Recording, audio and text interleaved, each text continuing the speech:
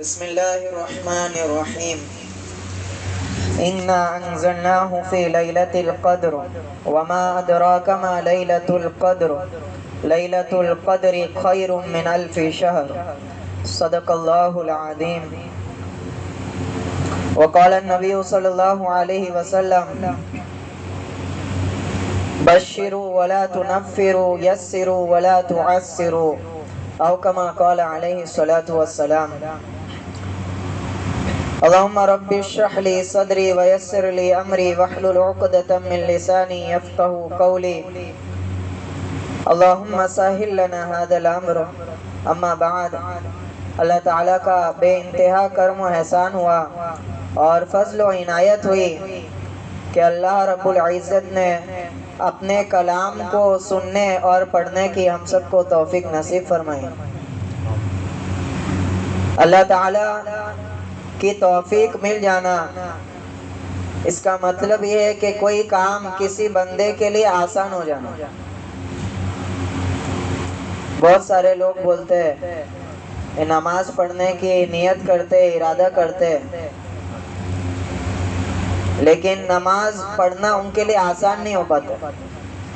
کبھی کاروبار کی مشغولی، کبھی اللہ حفاظت فرمائے طبیعت کا تقاضا ہے، یا کبھی فلا مشغولی میں اللہ تعالیٰ اس کو کیا کر دے۔ بعض اشخاص سے کہتے ہیں نماز پڑھی ہے تو فرماتے ہیں کہ ہم نے نماز نہیں پڑھی، کہ ظہر کی نماز کیا ہو گئی، نکل گئی، عشاء کی نماز نکل گئی، میں نے نماز نہیں پڑھی، مجھے ٹائم نہیں ملا۔ غلط جملہ ہے۔ نماز پڑھنا یہ بندے کے مرضی کے حساب سے ہوتا ہی نہیں۔ اللہ نے آپ کو اپنے گھر میں نہیں بلایا اس لیے آپ نے نماز نہیں پڑھی۔ اللہ کی طرف آپ کی طرف اللہ کی رحمت متوجہ نہیں ہوئی، جس کی وجہ سے اس کے اہم فریضے سے آپ کیا ہو گئے، غافل ہو۔ اور بعض حضرات ہیں ماشاءاللہ بڑے بڑے اعمال کے ان کو کیا ہو جاتی ہے، توفیق مل جاتی ہے، آسان ہو جاتے ہیں اعمال کرنے کے۔ اس لیے آپ صلی اللہ علیہ وسلم نے ارشاد فرمایا نعمتان مغبون فیہما کثیر من الناس، دو نعمتیں ایسی ہیں جس میں اکثر لوگ دھوکے میں پڑے ہوئے ہیں۔ الصحت والفراغ، پہلی نعمت آپ صلی اللہ علیہ وسلم نے ارشاد فرمائی صحت، کہ صحت میں دھوکے میں پڑے ہوئے، جب تک صحت رہتی ہے وہ اس صحت سے اپنے ایام کو وصول نہیں کرتے، مبادہ ایک وقت آ جاتا ہے کہ صحت ان سے چلے جاتی ہے اور پھر خواہش کرتے عبادت کرنے کی لیکن قوت نہیں ہوتی۔ الصحت والفراغ، دوسری نعمت آپ نے فرمائی فراغ، فرصت کا ہونا، نیک اعمال کے کرنے کا وقت ہونا۔ نیک اعمال کرنے کا وقت ہوتا ہے، بندہ اس نعمت کو نعمت نہیں سمجھتا، اس میں دھوکے میں پڑا ہوا رہتا ہے، ابھی بہت وقت ہے۔ ایک وقت آتا ہے کہ وہ مشغول ہو جاتا ہے دنیا کی پریشانیوں میں، تب چاہتا بھی ہے کہ میں نکل کے اللہ سے باتیں کروں لیکن اس کو وقت نہیں ملتا۔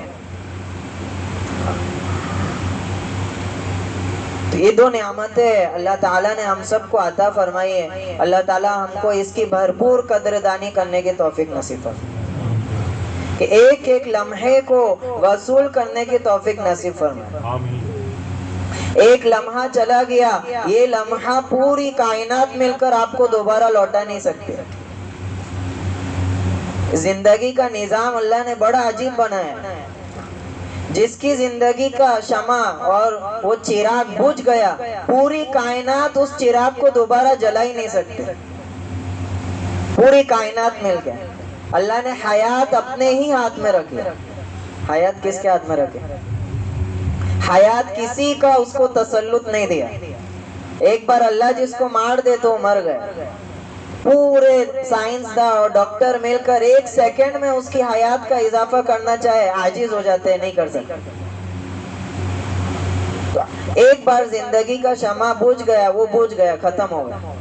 اب آپ نے اس کو وصول کیا فبیہا، نہیں کیا تب بھی جو ہے اب کچھ نہیں ہو سکتا۔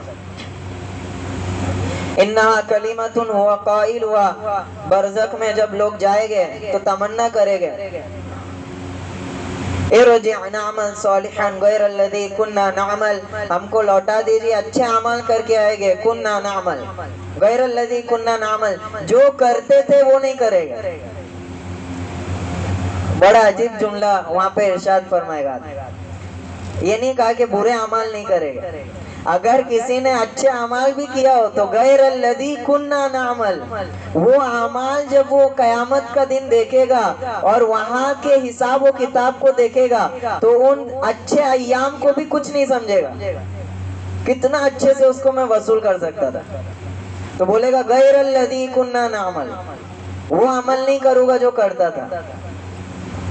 بڑے آسانی سے اللہ تعالیٰ نے اس کا جواب دے دیا، انہا کلمتن ہوا قائلہا، بس ایک کلمہ ہوگا جو وہ کہے گا، اس سے زیادہ کچھ نہیں، حسرتیں ہوگی، تمنائیں ہوگی، لیکن واپسی کا دروازہ بند ہو چکا ہو۔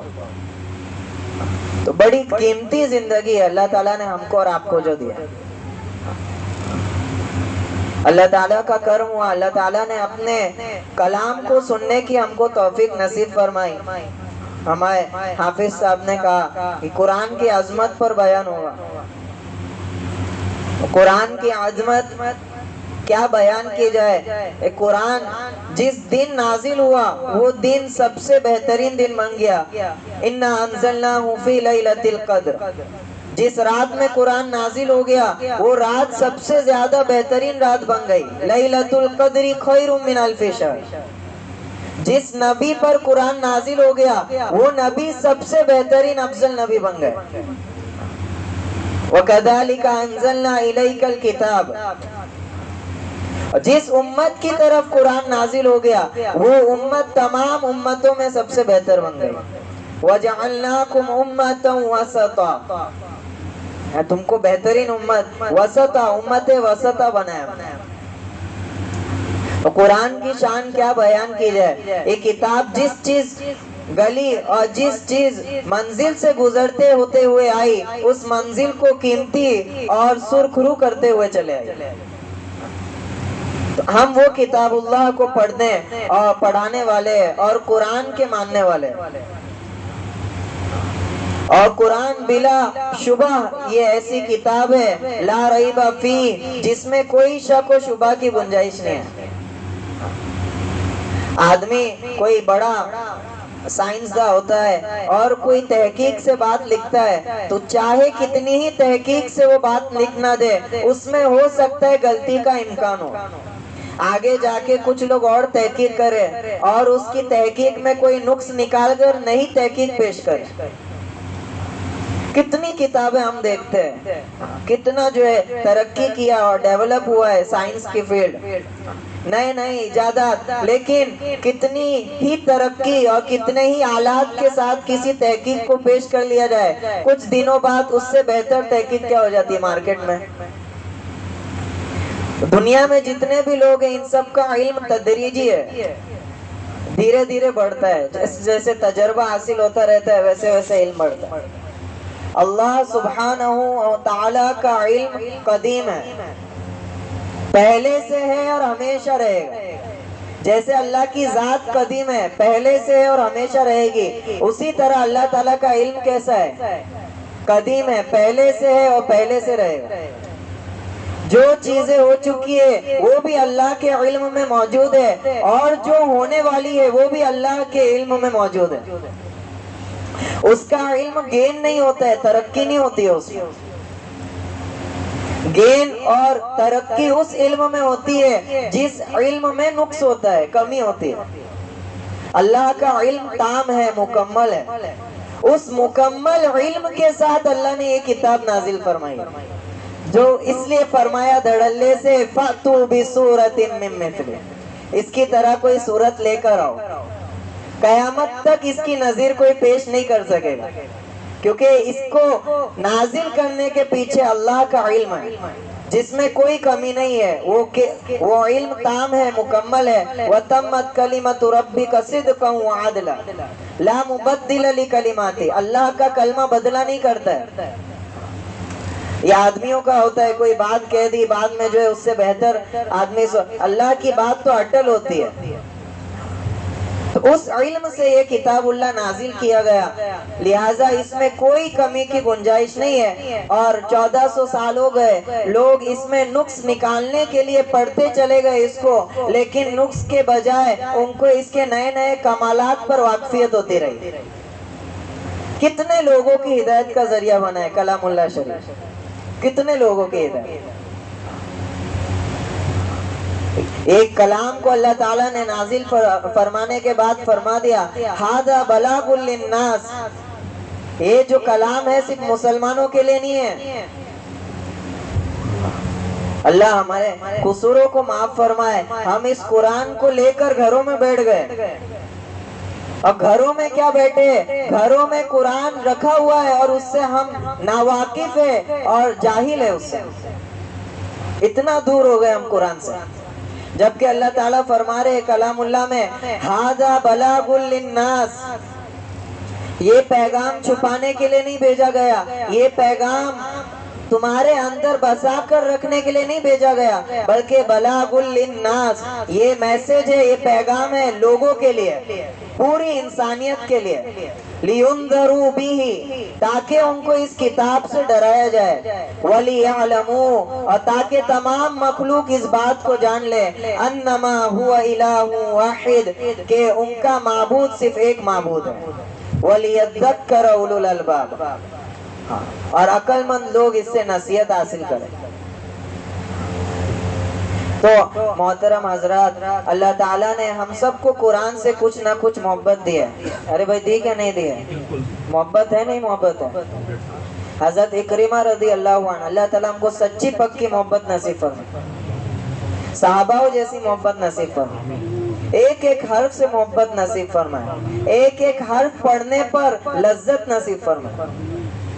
حضرت اکرمہ رضی اللہ عنہ کے بارے میں آتا ہے، ابو جہل کا لڑکا فتح مکہ میں جو ایمان لے کر آئے تھے، وہ بھی بھاگ رہے تھے. مسلمانوں نے جب قبضہ کر لیا مکے پر تو وہاں سے بھاگ رہے تھے کہ اب رکوں گا تو ایمان قبول کرنا پڑے. تو بیوی نے کچھ تدبیر کر کے ان کو جو ہے دوبارہ لے آئے، اور جو ہے آپ سے جو ہے کلمہ پڑھ کے اسلام سے مشرف ہو گئے. بعد میں ایسے پکے سچے مسلمان بنے، رات کو اللہ کے کلام کو اپنے سینے سے لگاتے تھے، قرآن شریف کو، اور بولتے تھے ھذا کلام ربی، یہ میرے پروردگار کا کلام ہے. ھذا کلام ربی، یہ میرے پروردگار کا کلام ہے. اور رونا شروع کر دیتے تھے، اور پوری رات اسی طرح گزر جاتی تھی. پوری رات کیا ہے؟ یہ میرے رب کا کلام ہے. کس کا کلام ہے؟ مجھے بنانے والے کا کلام ہے. جس نے مجھے بنایا، اس پوری دنیا کو سجایا، اس نے میری ہدایت کے لیے کلام کو کیا کیا ہے؟ بھیجا ہے. اللہ ہمیں معاف فرمائے. ہماری زندگیاں کوسوں دور ہے قرآن شریف سے، ہم کچھ نہیں جانتے قرآن شریف کے بارے میں اور قرآن شریف کی عظمت کے بارے میں. یہ جلسے جلوس کرنا، بیان کرنا، اس سے کچھ نہیں ہوگا. جب تک ہم قرآن سے کوئی تعلق نہیں بنائیں گے، کوئی قائم نہیں کریں گے اس سے تعلق، اس کو سیکھنے کے لیے وقت نہیں دیں گے، تب تک کوئی فائدہ نہیں. آپ دیکھیں صحابہ کرام رضی اللہ عنہم کی زندگی میں سب سے پہلا نقص جو امت میں رائج ہے، اور سب سے پہلی غلطی جو امت میں رائج ہے، وہ یہ ہے کہ دین کی بات کو سیکھنا سکھانا، قرآن شریف سیکھنا سکھانا، یہ میرے بچوں کا کام ہے. کس کا کام ہے؟ ہم کو کمانا ہے اور بچوں کو کیا کرنا ہے؟ مکتب میں داخل کر دینا. ان لوگ سیکھیں گے 1-2 سال میں ناظرہ پورا ہوا، مٹھائی بٹوا کے امام صاحب کو ہدیہ دے کے وہاں سے بچہ ایسا ہاتھ جو ہے مارتے ہوئے نکلتا ہے، پھر کبھی بڑے ہونے تک قرآن کو کھول کے نہیں دیکھتا. کتنی بے ادبی کرے گا. ادب کو سمجھے ہم. ادب یہ نہیں آپ کلام اللہ شریف کو چوم کے رکھو، اس کو تاک میں رکھو. قرآن کہتا ہے سود حرام ہے، آپ سود لے رہے ہو، آپ قرآن کی بے ادبی توہین کر رہے ہو. قرآن کہتا ہے اکڑ کے مت چلو، آپ تکبر کر رہے ہو، آپ قرآن کی توہین اور بے ادبی کر رہے ہو. قرآن کہتا ہے نمازوں کی پابندی کرو، زکوٰۃ دو، آپ کی زندگی زکوٰۃ و نماز سے خالی ہے، آپ قرآن کی سب سے زیادہ توہین کرنے والے.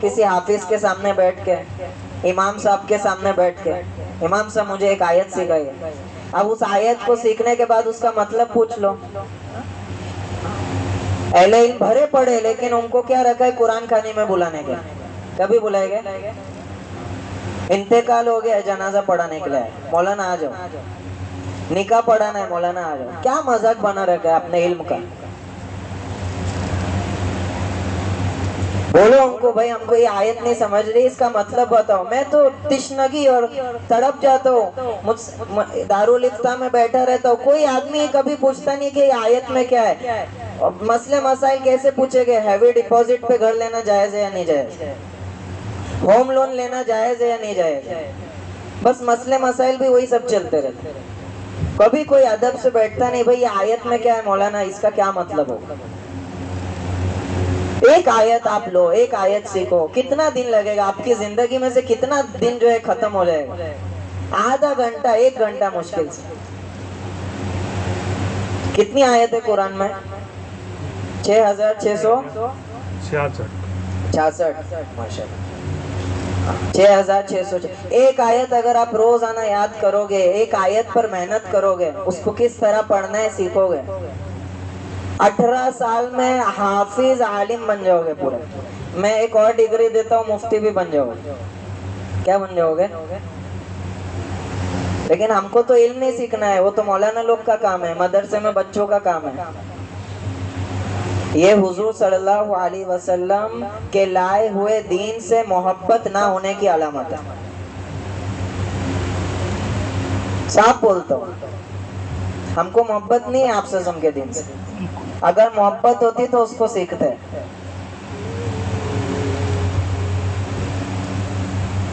اللہ تعالیٰ ہم کو سچی محبت نصیب فرمائے، حضور صلی اللہ علیہ وسلم کی زندگی کے ایک ایک پہلو کو سیکھنے سکھانے کی توفیق نصیب فرمائے۔ کیا زندگی لے کر آئے تھے حضور، اور کیا کلمات لے کر آئے تھے۔ وَالنَّجْمِ إِذَا هَوَى مَا ضَلَّ صَاحِبُكُمْ وَمَا غَوَى وَمَا يَنطِقُ عَنِ الْهَوَى۔ اللہ تعالیٰ فرماتے وَمَا يَنطِقُ عَنِ الْهَوَى، یہ نبی جو ہے وَمَا يَنطِق، یہ کوئی بات نہیں نکالتے، وَمَا يَنطِقُ عَنِ الْهَوَى، اپنی طرف سے، ان ہوا الا وحی یوحا، بلکہ ان کا ایک ایک کلمہ سراپا وحی ہوتا ہے اللہ کی طرف سے۔ کس کی طرف سے؟ ہم حاصل ہی نہیں کر رہے۔ تو سب سے پہلی کمی ہمارے اندر یہ ہے، آپ علم حاصل کرنے کی ابتدا کریے۔ مدرسوں میں پڑھنے والوں کے ذمہ ہے صرف حاصل کرنا، یا انہوں نے ٹھیکہ لیا ہوا ہے ان کی ذمہ داری، یہ تصور غلط ہے۔ یہ تصور کیا ہے؟ سب سے پہلے ارادہ کیجئے میں مسلمان ہوں، قرآن میری کتاب ہے، میں اس کتاب کو سیکھنے کے لیے کیا کروں گا؟ کوشش کروں۔ کون؟ ہم نہیں پڑھیں گے، ہم نہیں سیکھیں گے تو کون سیکھے گا؟ اللہ معاف کرے، قرآن سے جہالت کا ایسا عالم ہے ہمارے ملک میں کہ ہم سے زیادہ ابھی غیر لوگوں کو آیتوں کا ترجمہ زیادہ معلوم، اور پھر اس میں سے جو اشکال والی آیت ہے وہ پڑھ پڑھ کے بولتے کہ تمہارے قرآن میں یہ لکھا ہے۔ ہمارے لوگ خاموش بیٹھے رہتے، کوئی جواب نہیں ان کے پاس، خود معلوم ہی نہیں ان کو کیا لکھا ہے۔ ہم اگر قرآن کی تبلیغ نہیں کریں گے تو لوگ قرآن کے ذریعے سے دوسرے لوگوں کو اسلام سے بیزار کرتے رہیں گے، اور اس کا وبال پورا کا پورا امت مسلمہ پر ہوگا۔ سب قصوروار ہوگے جو نہیں سیکھ رہے۔ آپ سیکھو گے نہیں تو بتاؤ گے کیسے لوگوں کو کہ اسلام کیا ہے، قرآن کی آیت میں کیا مراد ہے، اللہ تعالیٰ یہاں پر کس کے لیے ارشاد فرما رہے ہیں، یہ حکم کس کے لیے، کیسے بتاؤ گے؟ تو عزیزو، یہ جو ہے بڑی خوشی کی بات ہے کہ آج قرآن مکمل ہو گیا، لیکن ایک افسوس اور حسرت بھی ہوتی ہے، اتنے سارے لوگ بیٹھے یہاں سے کل چھٹی کرانے کا سرٹیفکیٹ لے کے جانے کے لیے بیٹھے۔ کس کے لیے بیٹھے؟ رمضان اس کے لیے نہیں آیا ہے، رمضان آئے ایک 3 دن ہم نے جو ہے تراویح پڑھ لیے، ابھی الاس دن امام صاحب کا بیان ہوگا، فلا کا بیان ہوگا، وہاں سے پھر چھٹی کا سرٹیفکیٹ لے گئے، ابھی نیکسٹ ایئر ہمارا کیا ہوئے گا؟ منہ دکھائی ہوگا۔ تو یہ مذاق نہ بنائے ہم، حالات ایسے نہیں ہے کہ ہم اب اور غفلت برتے، حالات اس کی گنجائش نہیں دیتے کہ ہم مزید غافل رہے، حالات سخت سے سخت بگڑ رہے، تو شروع ہو رہے، اور کب حالات بگڑ جائیں گے ایسے کہ ہمارے ہاتھ میں نہیں رہے، ہم کو اس کا اندازہ نہیں ہوگا۔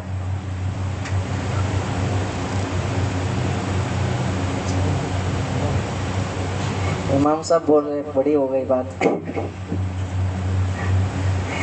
بڑی بات نہیں کرنا ہے، مقصد یہی ہے آپ جو ہے اس کلام اللہ کے تعلق کو لے کر جائے، یہ صرف سننا سنانا نہ ہو جائے۔ انشاءاللہ نیت کرے، عزائم کرے، انشاءاللہ جو قرآن سننے کی اللہ نے ہم کو توفیق دی، ہم اس قرآن کے تعلق میں مزید اضافہ کرنے کے لیے کوشش کریں گے انشاءاللہ۔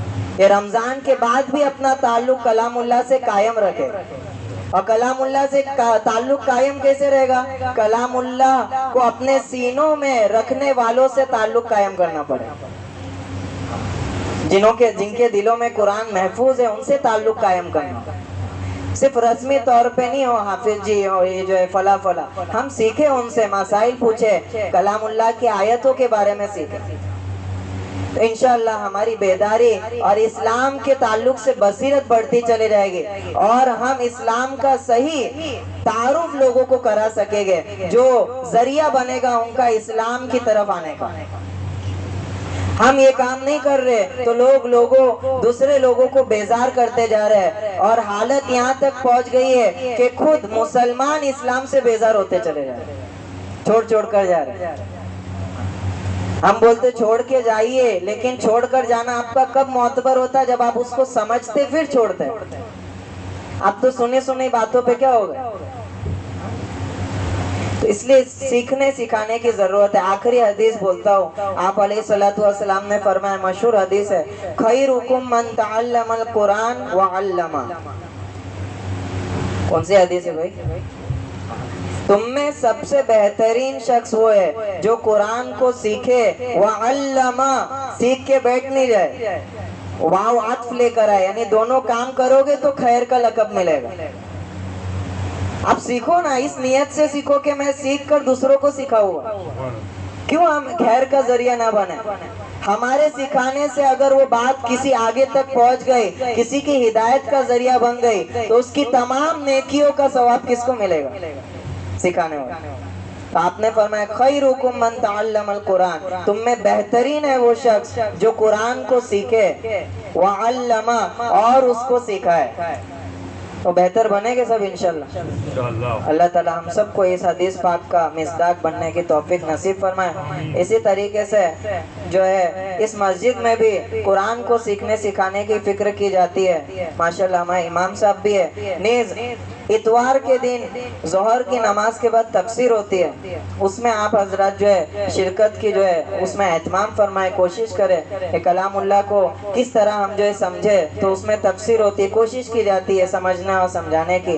اسی طرح سے بڑے لوگوں کو سیکھنے سکھانے کے لیے کس طرح وہ اپنا علمی سفر ابتدا کرے، پہلے جو ہے قرآن نہیں پڑھے، ابھی قرآن جو ہے پڑھنا چاہتے ہیں، یا قرآن کے معنی سمجھنا چاہتے ہیں، احادیث کا فہم جو ہے حاصل کرنا چاہتے ہیں، تو ان کے لیے جو ہے ہماری لائبریری جو ہے نصب کی گئی، اس میں کورسز ہے، اس میں جو ہے آپ شرکت کیجئے۔ تھوڑا اپنی زندگی میں سے آدھا گھنٹہ 1 گھنٹہ نکال کر ترتیب بنا کر علم کی راستے میں آپ جو ہے قدم رکھ دیجئے۔ آپ صلی اللہ علیہ وسلم نے فرمایا کہ جو طالب علم سیکھنے کے لیے گھر سے نکلتا ہے، کہاں پہ نکلتا ہے؟ تو فرشتے اپنے پروں کو اس کے قدموں کے نیچے بچھا لیتے ہیں۔ کون سے مخلوق؟ جو صرف نور سے بنی ہے، اپنے پروں کو اس کے قدموں کے نیچے بچھا لیتی ہے۔ اس کے لیے سمندر کی مچھلیاں، چرند پرند، یہاں تک کہ سمندر کی مچھلیاں مغفرت کی دعائیں کرتی ہیں۔ تو علم کے راستے پہ چلیے تاکہ آپ اسلام کے صحیح نمائندگی بن سکے۔ اللہ تعالی ہم سب کو طالب علم بننے کی توفیق نصیب فرمائے، علم والوں سے محبت رکھنے کی توفیق نصیب فرمائے، آمین آمین یا رب العالمین۔ اللہم صلی علی محمد صلی اللہ علیہ وسلم، جزا اللہ عنا محمد ما هو اہلہ صلی اللہ علیہ وسلم، جزا اللہ عنا محمد ما هو اہلہ صلی اللہ علیہ وسلم۔ لا الہ الا انت سبحانک انا كنا من الظالمین، لا الہ الا انت سبحانک انا كنا من الظالمین۔ اللہم انت الصمد الذي لم يلد ولم يولد ولم يكن له كفوا احد، اللہم انت فاطر السماوات والارض، انت ولینا في الدنيا والآخرة، توفنا مسلمین والحقنا بالصالحین، ربنا هب لنا من ازواجنا وذرياتنا قرة اعین واجعلنا للمتقین اماما، ربنا آتنا في الدنيا حسنة وفي الآخرة حسنة وقنا عذاب النار وقنا عذاب القبر وقنا فتنة المسیح الدجال۔ ہمارے گناہوں کو معاف فرما یا رب کریم، ہمارے گناہوں کو معاف فرما یا اللہ، ہماری خطاؤں کو معاف فرما، ہماری سستی غفلت کو معاف فرما یا اللہ، ہماری یا اللہ غفلت کو معاف فرما، ہماری کوتاہیوں کو معاف فرما، جیسا تیری عبادت کا حق تھا ہم نہ کر سکے، اے مولا کریم ہمیں معاف فرما۔ ٹوٹی پھوٹی عبادتیں ہے یا اللہ، ٹوٹا پھوٹا اخلاص ہے یا اللہ، اپنے فضل سے اس کو اپنی بارگاہ میں قبول فرما یا اللہ، اس عبادت کو ہمارے لیے مزید عبادتوں کا ذریعہ بنا یا اللہ، مزید عبادتوں کی توفیق کا ذریعہ بنا یا اللہ، تیری قربت کا ذریعہ بنا یا اللہ، تجھ سے خصوصی تعلق ہم سب کو نصیب فرما، تیری معیت کا احساس ہم سب کو نصیب فرما یا اللہ، تیرا خصوصی تعلق ہم سب کو نصیب فرما یا اللہ، ہمیں قرآن کی محبت نصیب فرما، محمد صلی اللہ علیہ وسلم کی محبت نصیب فرما، ان کی ایک ایک سنت کی محبت نصیب فرما یا اللہ، ان کی زندگی سے محبت کرنے کی توفیق نصیب فرما یا اللہ، ان کی پیروی کرنے کی توفیق نصیب فرما یا اللہ، تیرے دین کا داعی بنا، مبلغ بنا یا اللہ، اسلام کی دعوت دینے والا بنا، خیر کی دعوت دینے والا بنا یا اللہ، ظلم کے خلاف یا اللہ آواز اٹھانے والا بنا یا اللہ، بزدلی سے ہم سب کی حفاظت فرما یا اللہ، حق کی پیروی کرنے والا بنا یا اللہ، حق ہم پر واضح فرما، اس کی پیروی کرنا آسان فرما، باطل ہم پر واضح فرما، اس سے بچنا ہم سب کے لیے آسان فرما یا اللہ، تیرے دین کا داعی بنا، تیرے کلمے کو بلند کرنے والا بنا یا اللہ، اس مسجد کو بھرپور قبول فرما یا اللہ، اس میں یا اللہ دین کے سیکھنے سکھانے کا ماحول قائم فرما، قرآن کو سیکھنے سکھانے کا ماحول قائم فرما، حدیث کو سیکھنے سکھانے کا ماحول قائم فرما، اس یا اللہ سرزمین کو سرسبز بنا، تیرے دین کے تعلیم سے تعلم سے یا اللہ، اس روئے زمین کو یا اللہ سرسبز اور شاداب بنا یا اللہ، تیرے کلمے کو پورے دنیا میں اعلیٰ فرما یا اللہ، بلند فرما یا اللہ، تیرے دین کو عزت نصیب فرما یا اللہ، ہم کو ذریعہ بنا یا اللہ، ہماری بدبختی کی وجہ سے یا اللہ، ہماری کمزوری کی وجہ سے یا اللہ، تیرے دین کو تخفیف سے دیکھا جا رہا ہے یا اللہ، ہر کوئی اس کی توہین کرنے پر آمادہ ہے یا اللہ، اس کو ماننے والوں کو قتل کرنے کی کوشش کی جا رہی ہے یا اللہ، اور کوئی یا اللہ ہچک نہیں یا اللہ، جھجک نہیں یا اللہ، بالکل ہم تیرے حوالے ہو چکے ہیں یا اللہ، تیرے علاوہ کوئی ہمارا یار و مددگار نہیں یا اللہ، تیرے دین کو دوبارہ عزت نصیب فرما یا اللہ، تیرے دین کو دوبارہ عزت نصیب فرما یا اللہ، ہزاروں بچوں کو قتل کر دیا گیا، ہزاروں عورتوں کو قتل کر دیا گیا یا اللہ، کوئی شرمندگی نہیں ہے یا اللہ، کوئی شرمندگی نہیں ہے یا اللہ، پوری دنیا تماشا دیکھ رہی ہے اللہ، ہمارا دل بھی سخت ہو چکا ہے یا اللہ، دیکھ دیکھ کر ہم عادی ہو چکے ہیں یا اللہ، ایسی بزدلی سے ہماری حفاظت فرما یا اللہ، قیامت میں تیرے نبی کے سامنے کس منہ سے ہم کھڑے ہوں گے یا اللہ، ان شہیدوں کے سامنے کس منہ سے ہم کھڑے ہوں گے یا اللہ، وہ پوچھیں گے ہم کو مارا جاتا رہا، ہم کو قتل کیا جاتا رہا، ہم کو بھوکا رکھا گیا یا اللہ، ہم ان کا کس طرح سامنا کریں گے یا اللہ، جو کچھ ہماری قدرت میں ہے یا اللہ، ہم کو اس کی توفیق نصیب فرما یا اللہ، اس ظلم کو ختم کرنے کی ہم کو یا اللہ طاقت نصیب فرما یا اللہ، ان ظالموں کو نیست و نابود فرما یا اللہ، ہمارے فلسطینی بھائیوں کو یا اللہ اپنی رحمت کا نزول ان پر فرما، اپنی مدد کا نزول ان پر فرما یا اللہ ان کو ذلیل تر کیا جا رہا ہے یا اللہ، ان کو یا اللہ صفایا کیا جا رہا ہے یا اللہ، ان کو یا اللہ تکلیف دے اور اذیت دینے والی مخلوق مخلوق بتا بتا کر مارا جا رہا ہے، یا اللہ ان کو عزت نصیب فرما، یا اللہ ان کے ذریعے سے امت کا بیڑا دوبارہ یا اللہ راہ راست پر عطا فرما۔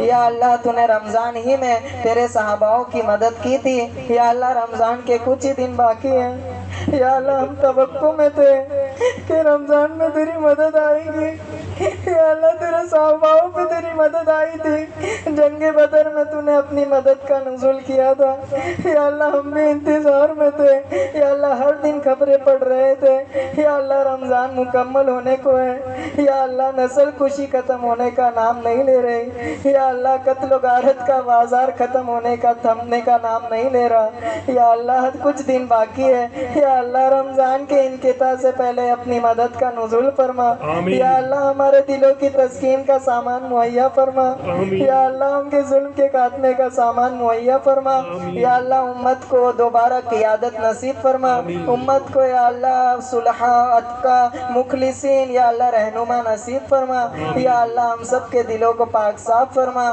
کینہ جلن حسد سے ہم سب کی حفاظت فرما، امت کی حفاظت فرما، امت کے شیرازے کو دوبارہ مجتمع فرما، یا اللہ پورا شیرازہ بکھرا ہوا ہے، یا اللہ کوئی کسی کے اللہ ماننے کو تیار نہیں ہے، یا اللہ دوبارہ یا اللہ امت کے شیرازے کو اتحاد فرما، یا اللہ متحد فرما، یا اللہ تیرے راستے میں شہادت کی موت ہم کو نصیب فرما، یا اللہ امام مہدی کے لشکر میں ہم کو شرکت کی توفیق سعادت نصیب فرما، یا اللہ ہماری اولادوں کو سعادت نصیب فرما، یا اللہ حق پر رہتے ہوئے دنیا سے جانے کی توفیق نصیب فرما، یا اللہ جو بیمار ہیں ان کو شفا یابی نصیب فرما، یا اللہ جو مقروض ہیں ان کے قرض کی ادائیگی کے فیصلے فرما، یا اللہ جو بے جوڑ شادی شدہ یا اللہ نوجوان اور لڑکیاں لڑکے ہیں، یا اللہ ان کو پاک دامنی کے ساتھ یا اللہ ان کے مقدر کا ان کے مقدر کا جوڑا عطا فرما، یا اللہ جو کچھ مانگا ہے بڑا تھوڑا مانگا ہے، تیرا خزانہ لبریز ہے یا اللہ بھرا ہوا ہے، یا اللہ تیری رحمت کی بھیک مانگ رہے ہیں، یا اللہ تیری رحمت کا قطرہ ہم سب کو نصیب فرما، ہمارے گمان کے سے زیادہ ہم کو عطا فرما، ہماری دعاؤں کو اپنے حبیب کے صدقے و طفیل قبول فرما، آمین آمین یا رب العالمین۔ سبحان ربک رب العزت عما یصفون وسلام علی المرسلین والحمد للہ رب العالمین۔